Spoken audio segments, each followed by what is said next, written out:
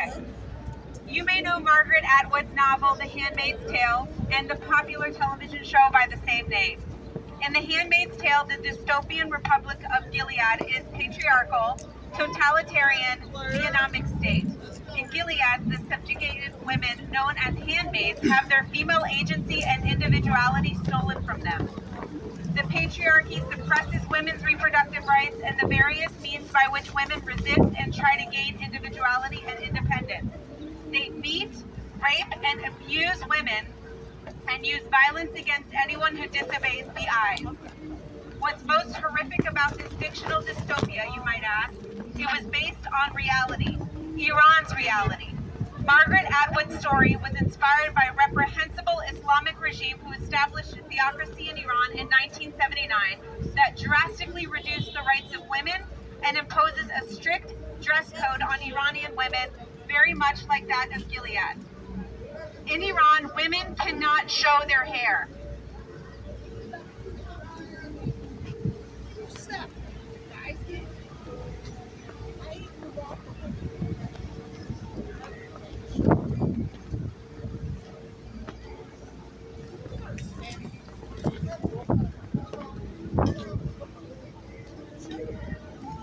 In Iran, women cannot dance publicly.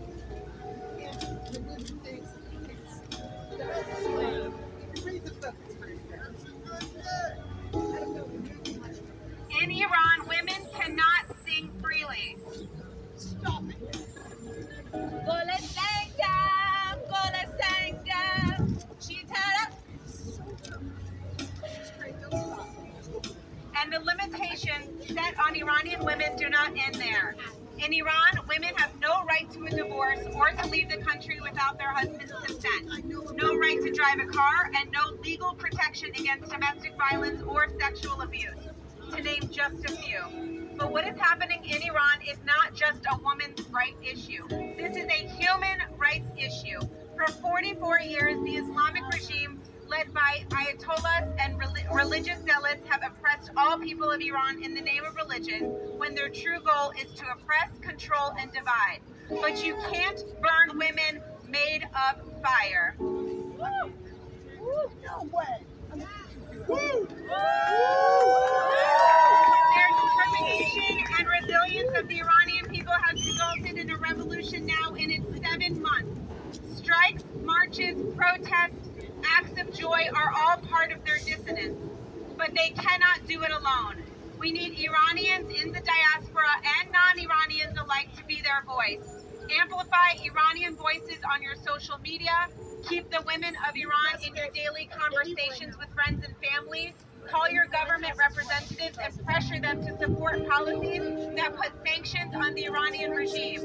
In the name of woman, life, We're done with the freedom, BS. we shout.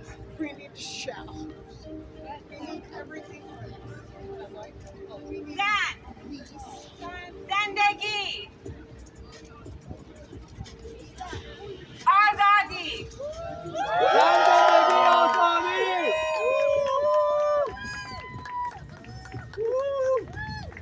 Right now, there is a bill in Congress that could help isolate and put geographical pressure on this regime. The MASSA HR 589 is currently the most direct piece of substantive legislation in Congress supporting the revolution.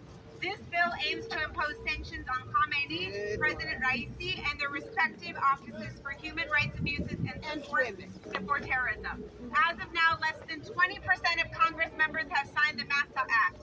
Not a single Congress member from New York City area has signed onto this bill. Meanwhile, more than 50% of Congress members are signed onto Resolution 100, a resolution that recognizes the Mujahideen as a legitimate opposition group to this regime. H-Res 100, including New York City Congressman Dan Goldman. In America, we have a duty to hold our government accountable and ensure they place the liberation of Iran above their own interests. There is no doubt the revolution belongs to the freedom fighters in Iran, but geopolitical pressure is critical to weakening their already fragile regime. Showing up at protests matters, but the most impactful and most important thing you can do right now for our compatriots in Iran is to call your members of Congress and demand that they co-sponsor the MASSA Act pressure House leadership to move it to the committee for a full vote on the floor. To the New York City area members of Congress, We don't Gregory want fights and all Beach, this crap. Nydia Velazquez, Grace Meng, Jerry Nadler, Alexandria Ocasio-Cortez, Hakeem Jeffries, Dan Goldman, Yvette Clark, Nicole Maliotakis, Adriano Espaillat, Richie Torres, you will be hearing from us.